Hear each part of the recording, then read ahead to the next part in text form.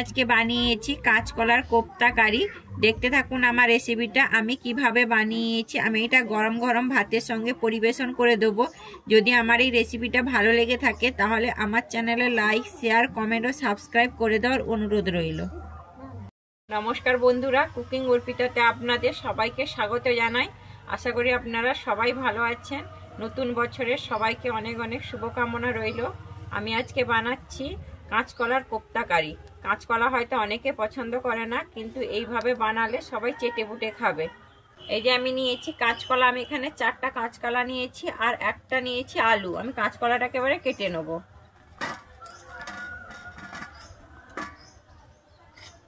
এভাবে সামনে দুপাশে কেটে দেবো, দিয়ে আমি ছোট ছোট করে ফালি করব যাতে সেদ্ধ আমার তাড়াতাড়ি হয়ে যায়।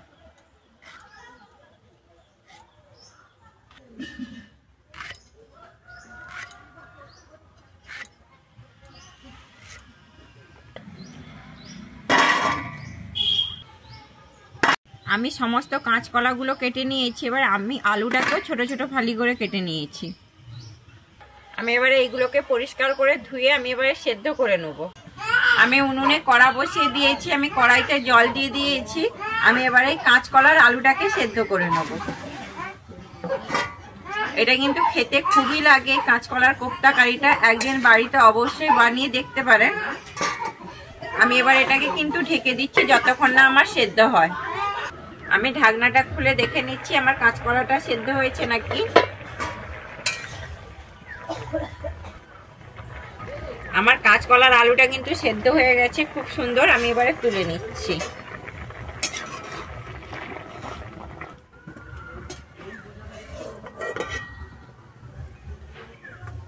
আমার কাঁচকলার আলুটা সেদ্ধ হয়ে গেছে। আমি কাঁচকলার আলুটাকে এবারে ছাড়িয়ে নিচ্ছি। নিরামিষ দিনে কিন্তু এরকম যদি রান্না থাকে খেতে কিন্তু খুবই ভালো লাগে। আমি সমস্ত কাঁচকলার আলুটাকে ছাড়িয়ে নিচ্ছি। আমি কাঁচকলার আলুটা কিন্তু সুন্দর করে ছাড়িয়ে নিয়েছি। এবারে কাঁচকলা আলুটা আমি কিন্তু মাখিয়ে নেবো এখানে।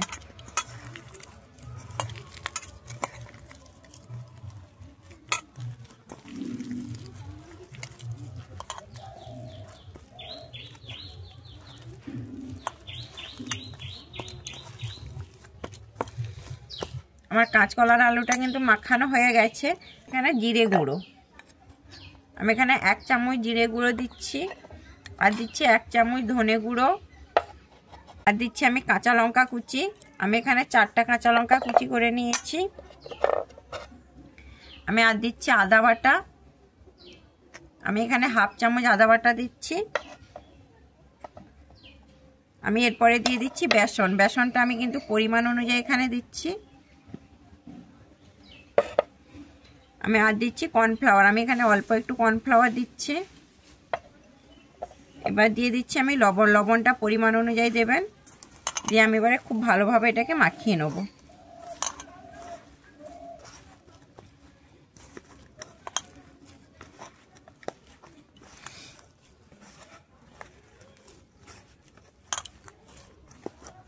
সুন্দর এখানে মাখানো হয়েছে।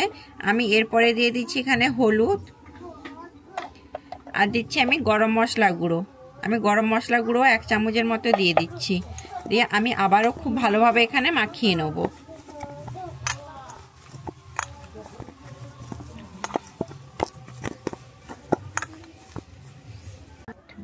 আমি এবারে একে একে কোপ্তা বানিয়ে নিচ্ছি। আমি কোপ্তাটাকে এরকমভাবে শেপ দিচ্ছি। আপনারা চাইলে এটাকে চাপটা করেও বানিয়ে নিতে পারেন। এই আমার মেয়ে চলে এসছে কোপ্তা বানাবে বলে। মেয়েটি তুমি বানাবে? এই যে না, বানাও।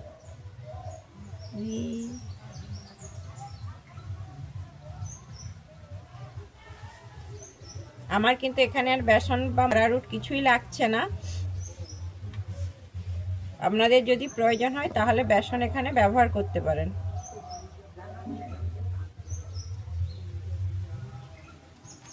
আমি এইভাবে সমস্ত কোপ্তাগুলোকে বানিয়ে নেব। মিঠির বানানো হয়ে গেছে? বানাও, তাড়াতাড়ি বানাও। আমার সমস্ত কোপ্তাগুলো কিন্তু এখানে রেডি হয়ে গেছে। মিঠি তোমার রেডি হয়েছে দেখি? বাহ, মিঠি সুন্দর করেছে। আমি এবার এইগুলোকে তেলের মধ্যে ভেজে নেব। আমি উনুনে কড়া বসিয়ে দিয়েছি, আমি কড়াইতে সাদা তেল দিয়ে দিয়েছি, আমার তেলটা গরম হয়ে গেছে। আমি একেবারে কোপ্তাগুলোকে সব ভেজে নেব।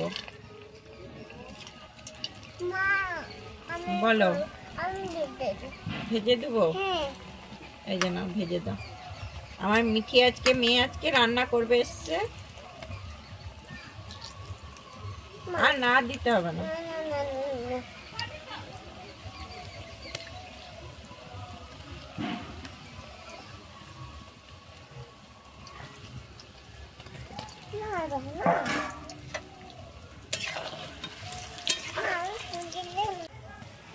আমি সমস্ত কোপ্তাগুলোকে কিন্তু উল্টে পাল্টে লাল করে ভেজে নেবো। আমি কোপ্তাগুলোকে কিন্তু উল্টে দিচ্ছি।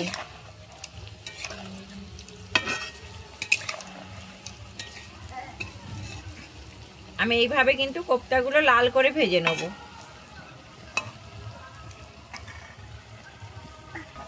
আমি সমস্ত কোপ্তাগুলো কিন্তু খুব সুন্দর লাল করে ভেজে নিয়েছি। আমি এবারে কোপ্তাগুলোকে তুলে নেব। হ্যাঁ বলো। ওই তো এখানে বসো, এখানে বসো। আমি কিন্তু এত তেলে রান্না করব না, তাই আমি তেলটা কিন্তু কমিয়ে দেবো। আমি তেলটা কিন্তু কমিয়ে নিয়েছি। আমি কিন্তু রান্নাটা সাদা তেলেই করে নেবো। আমি প্রথমে দিয়ে দিচ্ছি তেজপাতা, আমি তারপর এখানে দিচ্ছি দারুচিনি, লবঙ্গ, এলাচ, আমি তারপরে দিচ্ছি গোটা জিরে,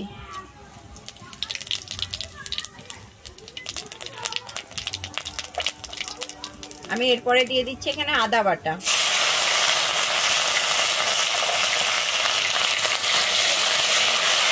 আদাটা দিয়ে কিন্তু খুব ভালোভাবে ভেজে নেবো যতক্ষণ আদা থেকে আমার কাঁচা গন্ধ যায়।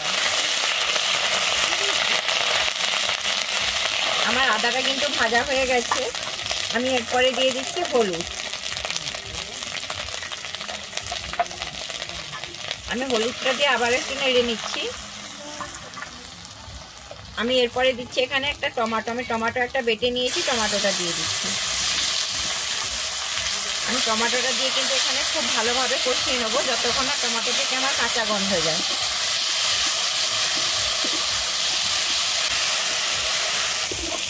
আমার টমেটোটা কিন্তু এখানে খুব সুন্দর কষানো হয়ে গেছে, আমার টমেটো থেকে কাঁচা গন্ধটা চলে গেছে।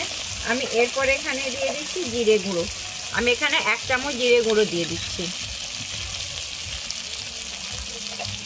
আমি এরপরে দিচ্ছি ধনে গুঁড়ো, আমি এখানে 1 চামচ ধনে গুঁড়ো দিচ্ছি। আমি এরপরে দিচ্ছি এখানে ঝাল লঙ্কার গুঁড়ো, ঝালটা অবশ্যই আপনারা আপনাদের পরিমাণ অনুযায়ী দেবেন। 1 চামচ আমি ঝাল লঙ্কার গুঁড়ো দিয়ে দিচ্ছি, দিয়ে আমি এবারে একটু কষিয়ে নিচ্ছি।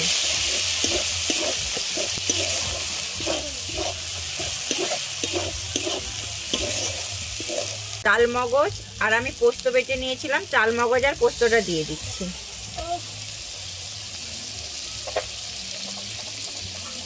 চালমগজ পোস্তটা দিয়ে কিন্তু এখানে খুব ভালোভাবে আমি কষিয়ে নেব।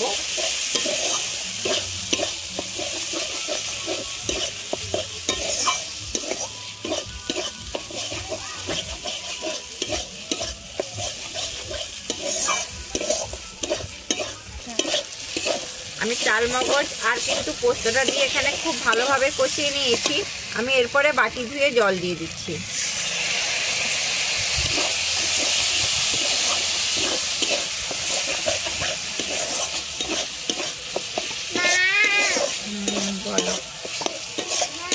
আমার এখানে মশলাটা কিন্তু খুব সুন্দর কষানো হয়ে গেছে। আমি মশলা থেকে আমার তেল ছেড়ে দিয়েছে। আমি এরপরে এখানে দিয়ে দিচ্ছি চিনি। আমি যেহেতু নিরামিষ বানাচ্ছি তাই জন্য আমি একটু চিনি দিচ্ছি। চিনিটা আপনারা দিতেও পারেন, নাও দিতে পারেন। চিনিটা দিয়ে আমি আবারও কিন্তু মিশিয়ে নিচ্ছি।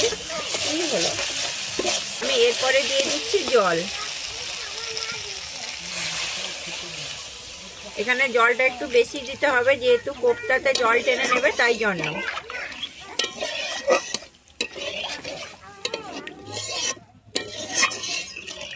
আমি তাই আর একটু জল দিয়ে দিচ্ছি।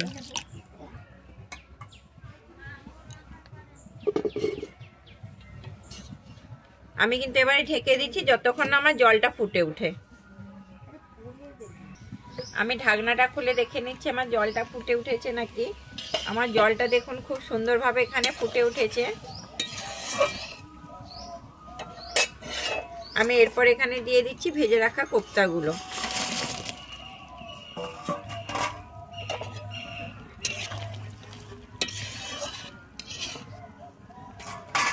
আমি এরপরে উপর থেকে দিয়ে দিচ্ছি ধনেপাতা কুচি, আর দিচ্ছি গুঁড়ো গরম মশলা।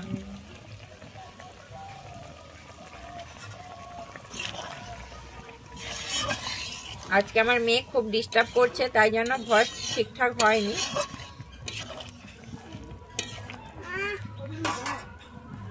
আমি এরপর এখানে ঢেকে দিচ্ছি আবারও 5 মিনিটের জন্য। আমার 5 মিনিট হয়ে গেছে, আমি ঢাকনাটা খুলে দেখছি। আমার কিন্তু লবণ দিতে খেয়াল ছিল না, তাই জন্য আমি কিন্তু এখানে লবণ দিয়ে দিচ্ছি।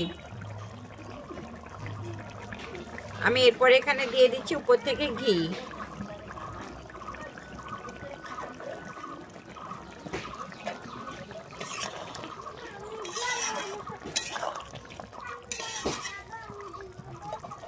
আমি কিন্তু আবারও ঢাকনা দিয়ে দিচ্ছি হালকা আঁচে 2 মিনিটের জন্য।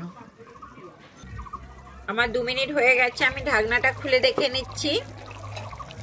এই যে দেখুন, আমার কিন্তু সম্পূর্ণভাবে রেডি হয়ে গেছে। আমি এবার এটাকে নামিয়ে নেব।